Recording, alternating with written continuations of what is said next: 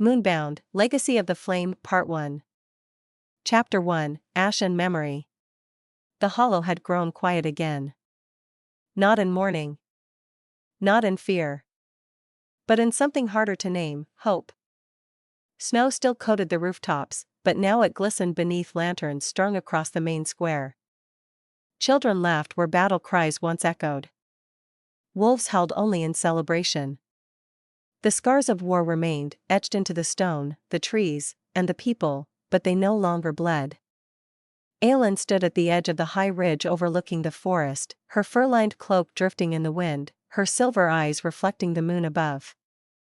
It had been 1 year since she stepped into the primordial flame. 1 year since she burned away the Silver King. 1 year since she nearly burned away herself. The mark over her sternum still glowed, but faintly. Not the blazing fire it had once been. No longer wild, no longer raw. Now it felt settled. Dormant, perhaps. Or waiting. Ronan joined her quietly, the snow crunching beneath his boots. His armor had changed since the war, simpler now, worn more for ceremony than for slaughter. But his eyes hadn't lost their edge. A full year, he said, folding his arms. And no invasion. No cursed blades. No dead gods. We might actually be overdue. Aelin gave him a tired smile. Careful. You'll summon something. He arched a brow. You're the summoner now, flame-bearer. She turned back toward the trees. Don't call me that tonight. Below them, the hollow prepared for the winter solstice ceremony, a celebration of survival. Of rebirth. Of fire that refused to go out. Elder Sithra, now high voice of the hollow, stood on the dais near the temple, directing decorations with gruff purpose. Children darted around her with garlands and polished stones. Tavrek, now missing 2 fingers, carved a new totem beside the sacred hearth. Even the most war-hardened warriors had softened, at least for 1 night.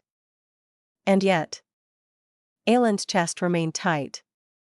Because peace didn't feel like an end. It felt like a pause. That night, as the fire danced in the great brazier and the wolves of the hollow howled songs older than memory, Aelin sat before the flame and pressed 2 fingers to her mark. She expected warmth.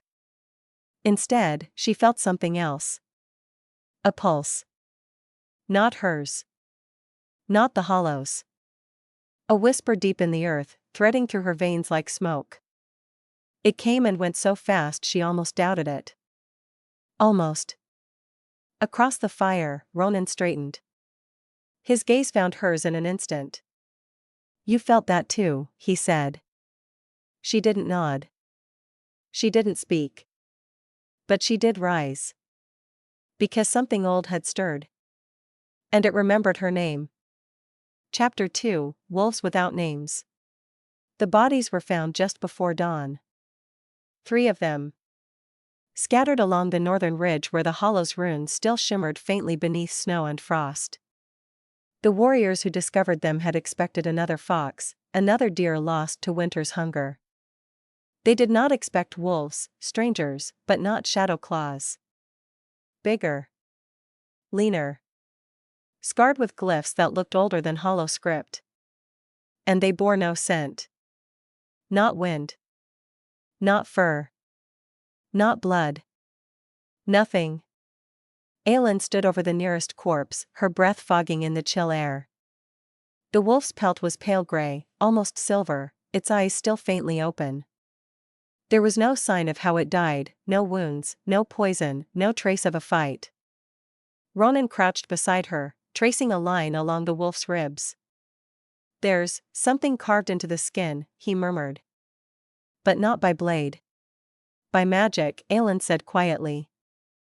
Old magic. Elder Sithra stood nearby, wrapped in heavy furs, her expression unreadable. These markings aren't from this age, she said. I've only seen sigils like this once.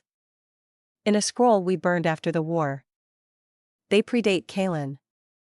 Maybe even Lunaris. Aelin's stomach nodded. Where did they come from? Sithra didn't answer. Instead, she said, I think we should show the tree. The great silverbark tree stood as it always had, watchful, ageless, silent. Its roots had twisted deeper over the past year, as if burrowing away from something.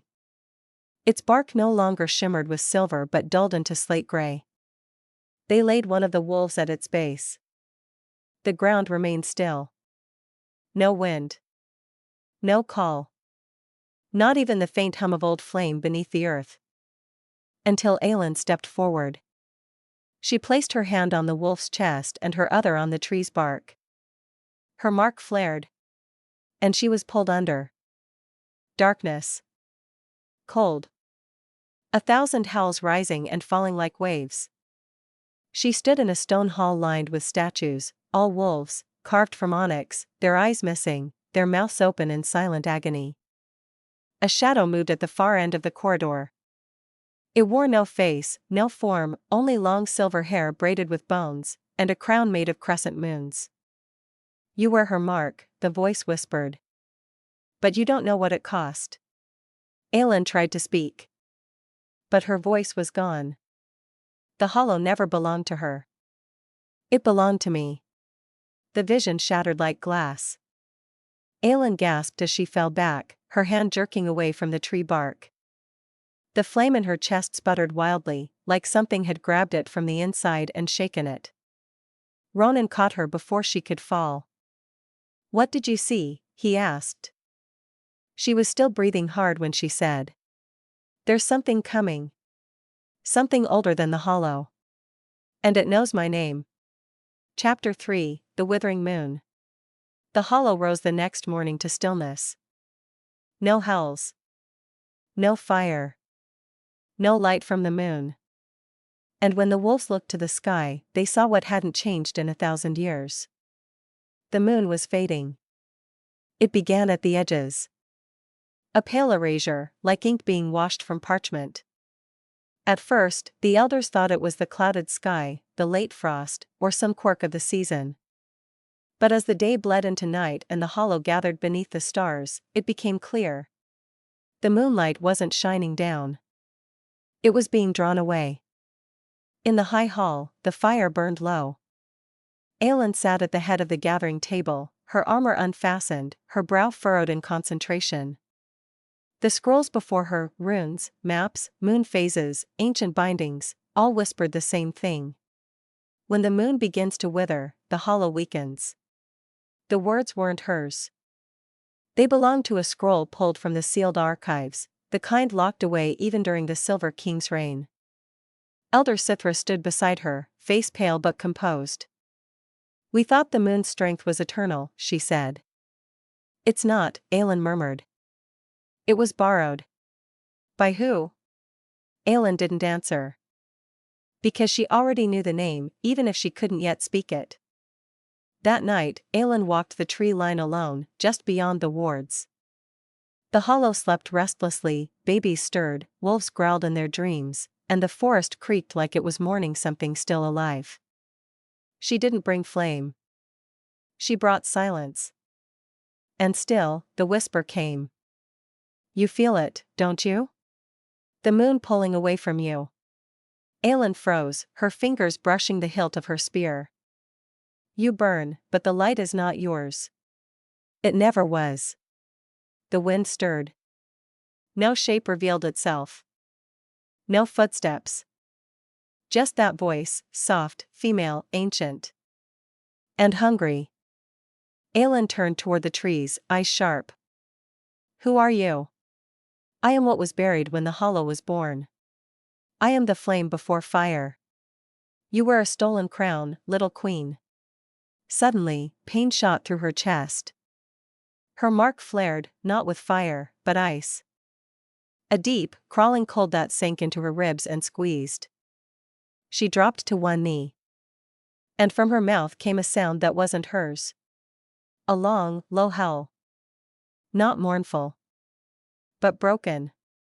Miles away, in the warrior barracks, Ronan bolted upright. He didn't hear the sound. He felt it. Like a thread had snapped. Or shifted. He ran. No cloak. No armor. Just instinct and rage and something deep in his blood that said she's not alone anymore. When he found her, she was still on her knees, shaking. Her hands were coated in frost. Her eyes glowed faintly, but her breath steamed in unnatural gasps. He knelt beside her instantly. "Aelin," he said. "What happened?" Her voice was barely a whisper. "She spoke to me. The first Moonbound." Ronan froze.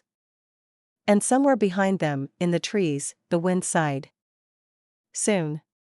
Chapter 4, The First Hell. Ronan dreamed of her again. But this time, he didn't wake screaming.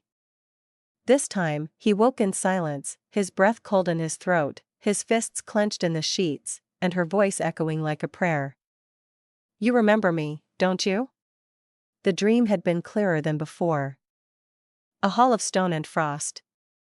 A throne made of moonlight and bones. And her, the silver-haired queen, eyes glowing with ancient hunger, standing barefoot atop a ring of wolves bowing at her feet. "I claimed you first." He rose before dawn, sweat on his skin despite the snow outside. No flame lit the brazier in his quarters. No moonlight reached through the window. Only darkness. Ronan dressed in silence, slipping on his armor like a second skin. He could still hear her breathing in his memory, slow, calm, patient.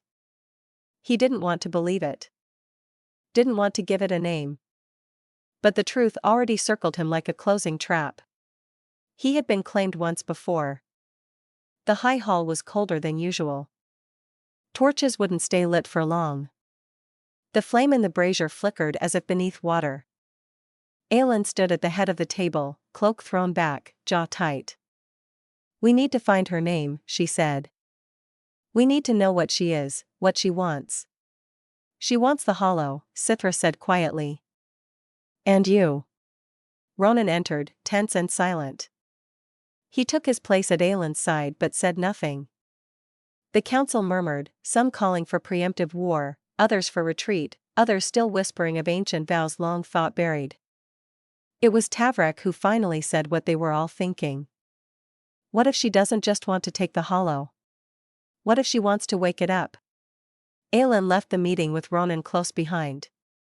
Neither spoke until they reached the old ruins of Lunaris, where a slab of obsidian stone had long ago been sealed beneath roots and earth. It was called the Stone of Names. Aelin placed her palm against it. The mark on her chest flickered once, weakly. And words surfaced in glowing script, rising like breath across the stone's surface. A list. A lineage. Moonbound names. Some known. Most forgotten.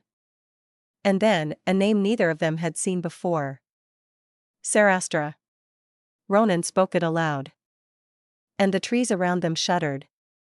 That night, Ronan dreamed again. But this time, he stood before her. Sarastra, queen of the hollow that came before. She reached for him, not to strike, but to cup his cheek. "I bound your blood before her fire ever flickered. You were mine. And you will be again." He tried to back away. But his body wouldn't move. His mouth opened. And he held. A sound so ancient, so resonant, it tore from his throat like it had always lived there. He woke with blood in his mouth. He wasn't alone. Aelin stood in the doorway, her hair wild, her eyes wide. "I heard it," she whispered. He tried to speak, but couldn't. She stepped closer, heart pounding. "Ronan, what's happening to you?" He met her gaze. And in that moment, something inside him shifted. "I think," he said slowly, voice hoarse. "I think she's calling me home." Chapter 5, The Broken Pact. The hollow's oldest lie was carved in silver, buried beneath the temple, and sealed in flame. And it was about to be unearthed. Elder Sithra brought it to her in silence. A scroll bound in wolfskin, stitched with a thread of hair so pale it gleamed like moonlight. The seal had not been broken in centuries. It bore no crest. No title. Only a single rune burned into its surface, an ancient sigil for regret. We found it beneath the foundation, Cithra whispered. Hidden behind the vault wall. I believe it was meant to remain unfound. Aelin took it with careful hands. The moment she touched the parchment, her mark flared. Not warm. Not hot. Burning. She unrolled the scroll in the high hall, surrounded by silence and firelight. Ronan stood to her left. Cithra to her right. Tavrek and the other elders lingered along the walls like ghosts awaiting judgment. The script was old, older than Lunaris. Etched with blood and ash. The language twisted between runes and dreams, but Aelin understood it. Somehow, she remembered it. In the age before the Hollow, when the first moon rose, a flame was stolen from her beneath the roots. A crown broken. A bond severed. To protect what we have taken, we seal the name of she who walks before. Her flame, her wolves, her line, buried beneath stone. If ever the Hollow burns too bright, she shall return to claim what was hers. At the bottom, 6 names were signed. 5 had long since faded. 1 remained perfectly intact. Alessandra of Lunaris. Aelin's mother. The room felt suddenly smaller. As though the scroll itself had drained the air from it. Cithra broke the silence first. She didn't just steal the flame. She sealed away the true flame-bearer. Aelin looked down at her hands, shaking. Her throat felt tight. Her pulse too loud. She thought she was protecting us, she murmured. She must have believed the Hollow couldn't survive Serastra's return. Tavrek's voice was grim. Or she feared what Serastra would become if she was ever freed. Ronan hadn't moved. Not since the name Serastra had been spoken. He stared at the scroll like it was a reflection he couldn't escape. And then? I think I was there. Aelin turned sharply. What? I'd been dreaming it. Not just visions. Memories. Of being taken into the Hollow's roots. Of kneeling at her feet. Of giving something away, something I didn't understand. Cithra looked to him, pale. She made a pact with your bloodline. I never agreed to it, he growled. But your ancestors did, she said softly. And blood does not forget its chains. That night, Aelin descended into the oldest chamber beneath the temple, alone. She didn't bring flame. She brought the scroll. At the heart of the vault was a circular mirror of polished obsidian, said to show truths not reflected in light. She knelt before it. Placed the scroll on the stone. And whispered a name not spoken aloud in over 1,000 years. Serastra. The mirror cracked. The air shifted. And a voice whispered. You carry my shame like it is your crown. But I remember who wore it first. Come, little queen. Let's finish what they began. Above ground, Ronan stood beneath the moonless sky, eyes glowing faintly gold. And in his chest, something ancient clicked into place. Not pain. Not possession. Recognition. He whispered the name, not in fear, but in familiarity. Serastra. And from the forest far beyond the Hollow's wards. A howl answered. Not rage. Not grief. But a call. And something inside him held back. Chapter 6, Buried Flame. The vault beneath Lunaris was never meant to be opened again. It had been sealed after the war, not the one Aelin fought, but the one before. The war that never made it into the Hollow stories. The war against the first queen. Aelin carried no torch. The flame in her chest flickered low, not dead, but quiet. Watchful. She wore a ceremonial cloak lined with silver thread, her blade strapped to her back, her palms marked in white ash from the Hollow's sacred hearth. Elder Cithra had insisted she go alone. It will only show itself to the blood that burned it first, she had said. And to the one who might burn it again. The stairs spiraled down into cold. Walls wept with condensation. Old carvings lined the stone, wolves in prayer, flames cradled by clawed hands, runes that pulsed softly in her peripheral vision. But the deeper she went, the colder it became. Until even the light in her bones dimmed. At the bottom of the stair was a chamber. Not vast. Not grand. Humble. A single platform sat at its center, carved from dark moonstone, etched with cracks like lightning. Above it floated a flame. Small. Silver white. It hovered just a few inches above the stone, completely still. No smoke. No heat. No flickering. Just presence. And when Aelin stepped into the circle, it blinked. Alive. Watching. You are not mine, it whispered. You carry her flame. Her will. Her lies. Aelin stepped closer. I came to see what you are. I am what was taken. I am what you are not. I am the Hollow's first breath. Aelin reached out her hand.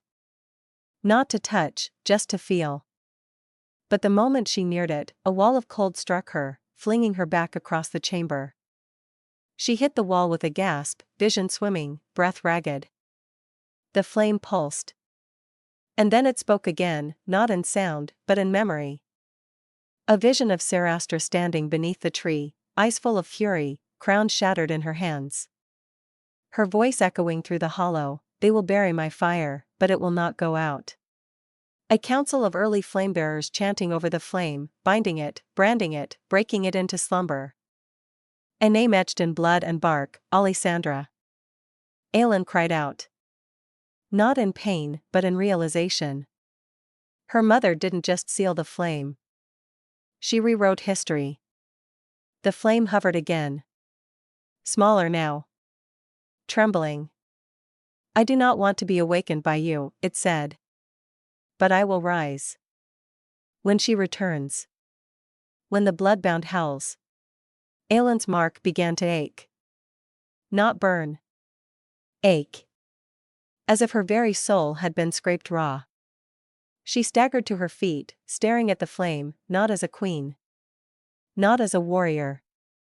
But as a woman who had just seen the truth of her crown. It was forged from a stolen legacy. Ronan stood at the edge of the forest. Not crossing the wards. Not moving. Listening. Because he heard something now, faint, in the soil, in the snow. A heartbeat that wasn't his. A rhythm beneath the roots. A call. And every night, it grew louder. Aelin returned from the vault at dawn, silent, pale, but unshaken. She didn't sleep. She didn't speak to the council. She simply walked to the sacred hearth of the hollow, knelt before it, and whispered. I know what I am now. And I know what I'm not. The fire didn't answer. But somewhere in the woods, a second flame blinked awake. And it belonged to someone who had waited far too long. Chapter 7, The Blood-Marked. It began with a scream. Not one of pain. One of terror. A sound that ripped through the stillness of early morning and brought every warrior in the northern barracks bolting from their beds with weapons drawn. What they found was not a battle. Not yet. It was a warrior named Revan, covered in glowing symbols, his skin seared with silvery red runes that pulsed like veins of moonlight. He clutched his chest, breath coming in gasps, eyes wide and unseeing. And then he collapsed. And turned to ash. By nightfall, it had happened again. Then again. 5 warriors in total. Each strong. Loyal. Moonborn.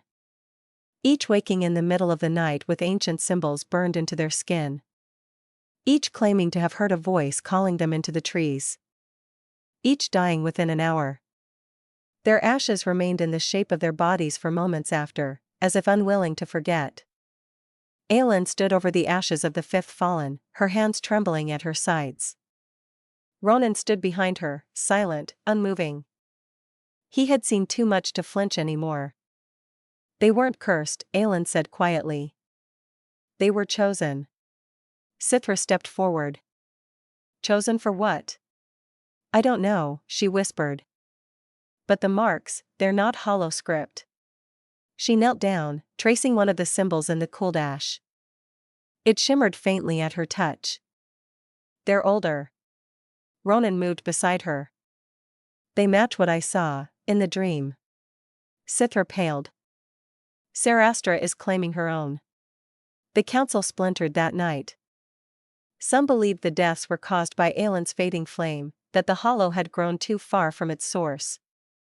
Others believed that Sarastra was already inside the wards, marking her return in blood. Aelin stood in the middle of it all, surrounded by arguing voices, cold silence coiling beneath her ribs. She did not speak until the brazier dimmed completely in the chamber.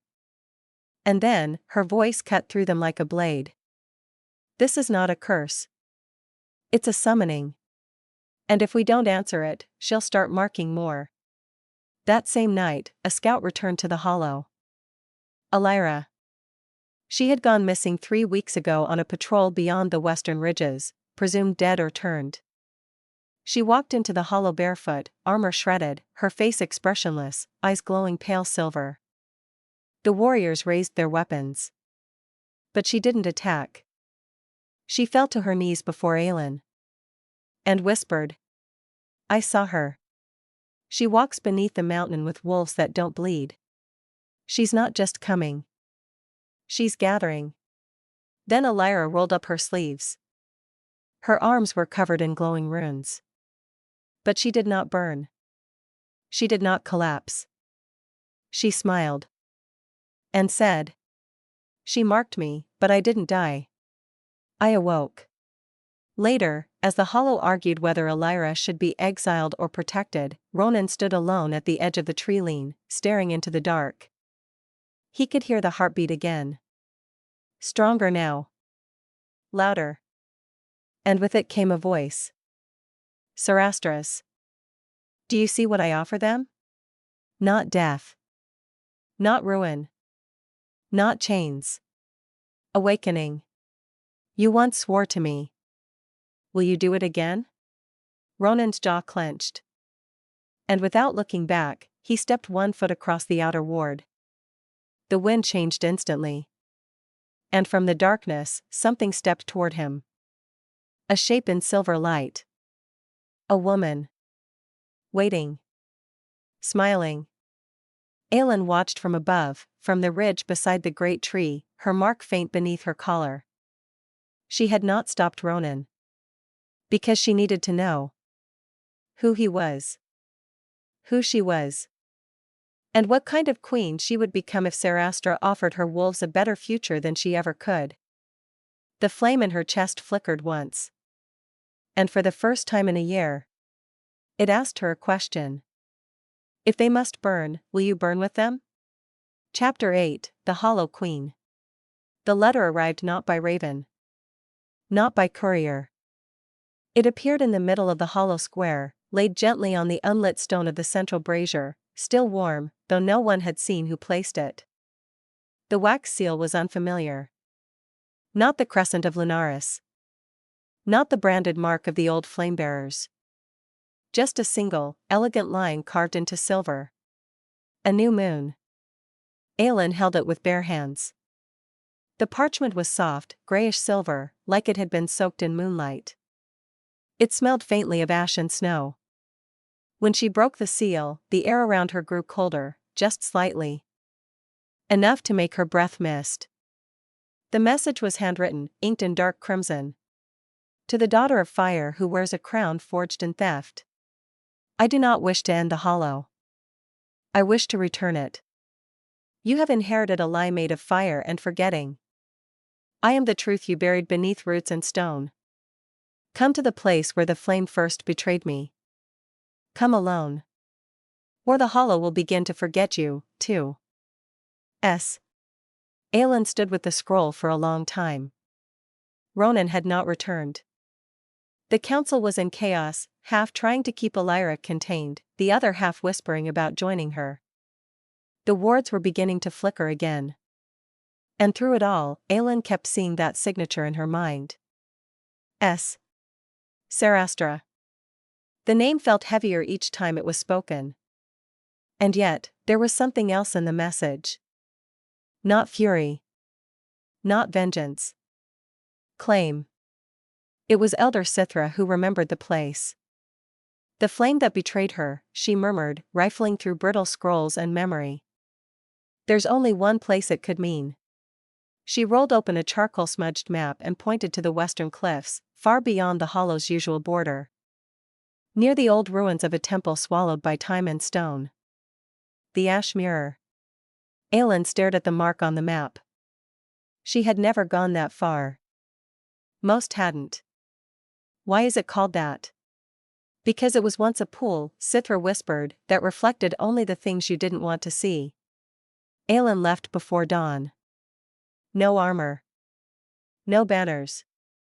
Just her cloak, her spear, and the flame inside her. The hollow watched her go with silent eyes. No one tried to stop her. Not even Sithra. Because they knew, the hollow doesn't wait for its queen. It only asks if she's still willing to burn. It took her half a day to reach it.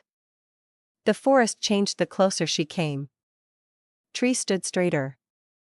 The air stilled. No birds sang. Snow didn't crunch beneath her boots, it simply sank. And then, at the edge of a stone ridge, she saw it. A mirror made of frozen ash, spread like a black lake across the broken earth. It didn't reflect the sky. Only her.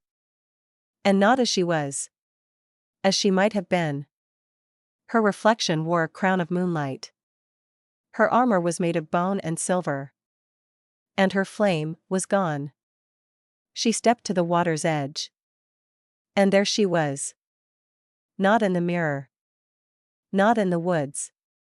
In the space between. Sarastra. Tall. Pale.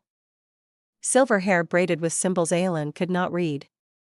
Her cloak was stitched with starlight. Her eyes, neither cruel nor kind. Only ancient. You came, Sarastra said softly.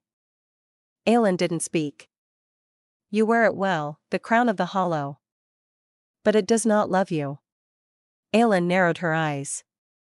It burns for me. It burns within you, Sarastra corrected. Because it was cut from me. And fire, my dear queen, remembers its first spark. Aelin drew her spear, planting it in the earth. I didn't steal anything. I fought for it. I bled for it. I almost died for it. As did I, Sarastra said, voice calm. But the difference is. I remember the war. I remember when the hollow chose me. And I remember when your bloodline buried me in silence. Aelin's jaw tightened. Then why wait this long to return? Sarastra stepped closer. The air grew colder again. Because now, you've woken the hollow's true heart. You've stirred the flame that was never yours to hold. And I am ready to take it back. Aelin's mark flared. But not in warning. In recognition. A pulse that didn't resist. Didn't defend. It reached. She swallowed hard. If I refuse? Sarastra gave the faintest smile. Then the hollow will choose. Not by battle. But by memory. She stepped back into the mist that clung to the mirror's edges. Ask yourself, Aelin, are you the hollow's queen? Or its second thief? And then she was gone. Every story has an ending. But some mysteries live on. If you enjoyed this tale, don't let it fade into the shadows. Smash that like button and subscribe for more thrilling stories that will transport you beyond the veil of the ordinary. Subscribe to our channel and your name will appear at the beginning of our next video, where we will pleasantly thank you for your subscribing. Tap the bell icon so you never miss a journey into the unknown. Share your thoughts in the comments. What twists did you see coming? And what secrets do you think still remain? Until next time, stay curious, stay brave, and let the next story begin.